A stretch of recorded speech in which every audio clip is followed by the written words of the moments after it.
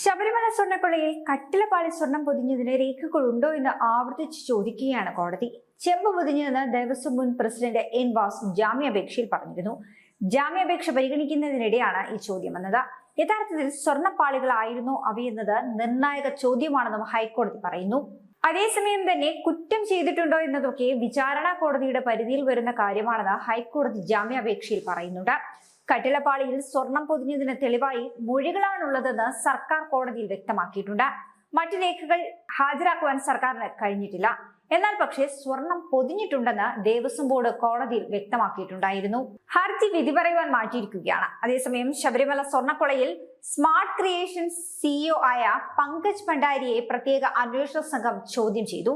ഈ ഒരു കേസുമായി ബന്ധപ്പെട്ടുകൊണ്ട് ദേവസ്വം മുൻ ബോർഡ് അംഗങ്ങളിൽ നിന്നും വീണ്ടും വിവരങ്ങൾ തേടുന്നതായിരിക്കും. സ്വർണ്ണക്കൊള്ളയുമായി ബന്ധപ്പെട്ട് രമേശ് ചെന്നിത്തലയുടെ മൊഴിയിൽ പരാമർശിക്കുന്ന വ്യവസായിയിൽ നിന്ന് അന്വേഷണ സംഘം ഉടൻ തന്നെ വിവരങ്ങൾ തേടുമെന്നും അറിയാൻ കഴിയുന്നു.